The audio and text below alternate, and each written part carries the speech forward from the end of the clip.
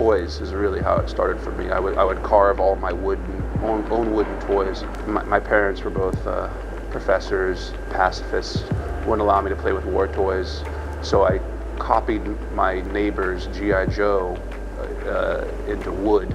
And then it just kind of morphed where I was using wire more and more. I started using it for hair. Then one day I made a little wire chair for a figurine doll to sit in, and that was the epiphany moment where it was like jumping in a river. I was like, what else can I do with this medium? I was working in government-regulated labs doing cancer research in the biotech ghetto in Sorrento Valley, and I would go surfing every day on my lunch break.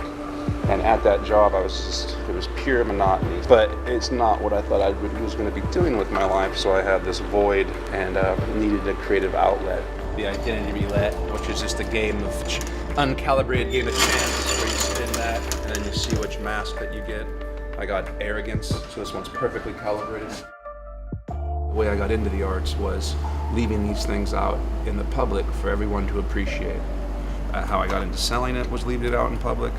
What made me feel like I was doing something good was leaving it out in public, because I'd have so many people have positive responses to it.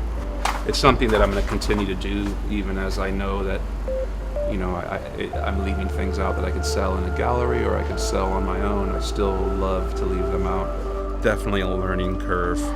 Have a lot of, especially young men that tell me, they're like, oh, I could do that. And I go, okay, go home and try. Because I worked in sculpture for so long, and I think that the wood carving helped train my brain for 3D design and just thinking ahead, because in wood carving you have to think ahead a lot. It's all reduction carving where you're just constantly thinking ahead.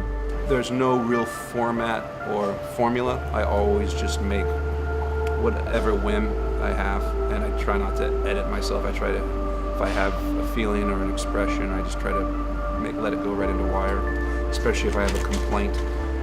I like that they're not bold. I like that they're kind of ephemeral, look like they shouldn't even exist or be there. I have a lot of people that walk up and they touch the wire and they don't even know what the medium is until they touch it, because it doesn't even look like wire with the image anymore. That's what I love about it the most. It's meant for the wandering eye. It's meant for the curious person that's looking up, person that's wandering around, looking around. But the thing that happens is that someone notices one, and then it becomes an egg hunt where people are looking for more and more.